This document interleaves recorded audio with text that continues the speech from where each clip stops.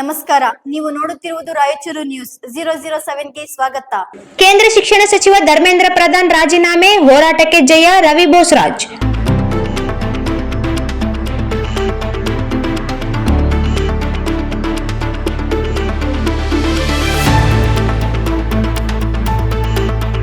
ಕೇಂದ್ರ ಶಿಕ್ಷಣ ಸಚಿವ ಧರ್ಮೇಂದ್ರ ಪ್ರಧಾನ್ ರಾಜೀನಾಮೆ ನೀಡಿರುವುದು ವಿದ್ಯಾರ್ಥಿಗಳ ಸುದೀರ್ಘ ಹೋರಾಟಕ್ಕೆ ಸಿಕ್ಕಿರುವ ಯಶಸ್ಸಿನ ಸಂಕೇತವಾಗಿದೆ ಎಂದು ಕಾಂಗ್ರೆಸ್ಸಿನ ಯುವ ಮುಖಂಡ ರವಿ ಬೋಸರಾಜ್ ರಾಯಚೂರು ಅವರು ಹರ್ಷ ವ್ಯಕ್ತಪಡಿಸಿದ್ದಾರೆ.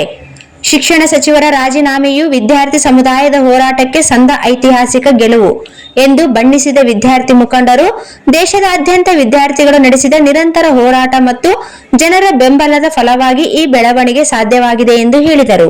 ಪ್ರಜಾಪ್ರಭುತ್ವ ವ್ಯವಸ್ಥೆಯಲ್ಲಿ ವಿದ್ಯಾರ್ಥಿಗಳ ಐಕ್ಯತೆ ಮತ್ತು ನ್ಯಾಯಯುತ ಹೋರಾಟಕ್ಕೆ ಅಂತಿಮವಾಗಿ ಗೆಲುವು ದೊರೆಯುತ್ತದೆ ಎಂಬುದಕ್ಕೆ ಈ ಘಟನೆ ಸಾಕ್ಷಿಯಾಗಿದೆ ಎಂದು ಮುಖಂಡರು ಅಭಿಪ್ರಾಯಪಟ್ಟರು. ವಿದ್ಯಾರ್ಥಿಗಳ ಹಕ್ಕುಗಳಿಗೆ ಧಕ್ಕೆಯುಂಟಾದಾಗ ಮುಂದೆಯೂ ಇದೇ ರೀತಿಯ ಒಗ್ಗಟ್ಟಿನ ಹೋರಾಟ ಮುಂದುವರಿಸಲಾಗುವುದು ಎಂದು ಅವರು ತಿಳಿಸಿದರು. ಆದರೆ ನಮ್ಮ ಈ ಹೋರಾಟ ಇಲ್ಲಿಗೆ ಮುಗಿಯುವುದಿಲ್ಲ. ನಿರ್ಲಕ್ಷ್ಯಕ್ಕೆ ಬಲಿಯಾದ 22 ನಿರಪರಾಧಿ ವಿದ್ಯಾರ್ಥಿಗಳ ಕುಟುಂಬಗಳಿಗೆ ಕೇಂದ್ರ ಸರ್ಕಾರ ತಕ್ಷಣವೇ ಪರಿಹಾರ ಒದಗಿಸಬೇಕು. ಯುವ ಸಮೂಹಕ್ಕೆ ಎಸಗಿದ ಈ ಸಂವಿಧಾನ ವಿರೋಧಿ ದೌರ್ಜನ್ಯವನ್ನು ನಾವು ಎಂದಿಗೂ ಸಹಿಸುವುದಿಲ್ಲ. ಪ್ರತಿಯೊಬ್ಬ ವಿದ್ಯಾರ್ಥಿಗೆ ನ್ಯಾಯ ಸಿಗುವವರೆಗೂ, ದೇಶದ ಭವಿಷ್ಯ ಸುರಕ್ಷಿತವಾಗಿರುವವರೆಗೂ ನಮ್ಮ ಧ್ವನಿ ಅಡಗುವುದಿಲ್ಲ ಎಂದು ತಿಳಿಸಿದ್ದಾರೆ.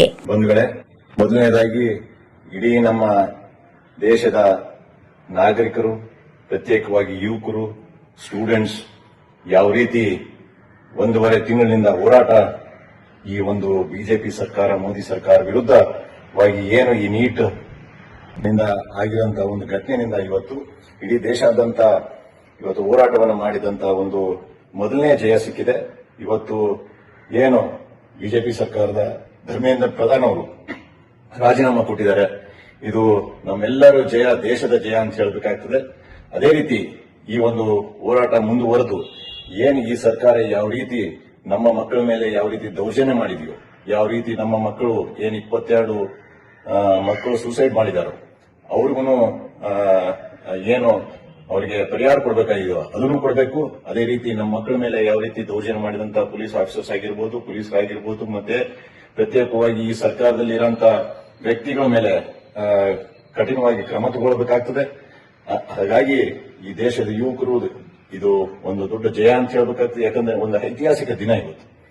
ಇಂಥ ಒಂದು ಹೋರಾಟ ಮೂಲಕ ಇವತ್ತು ಜನರು ಒಂದು ಒತ್ತಡದಿಂದ ಈ ಒಂದು ಸರ್ಕಾರ ಇವತ್ತು ಧರ್ಮೇಂದ್ರ ಪ್ರಧಾನ್ ಅವರ ರಾಜೀನಾಮೆ ತಗೊಂಡಿದೆ. ಹಾಗೆ ಮುಂದುವರೆದು ನಾವೆಲ್ಲರೂ ಸೇರಿ ಒಗ್ಗಟ್ಟಾಗಿ ಈ ದೇಶವನ್ನ ಕಟ್ಟಬೇಕಾಗ್ತದೆ.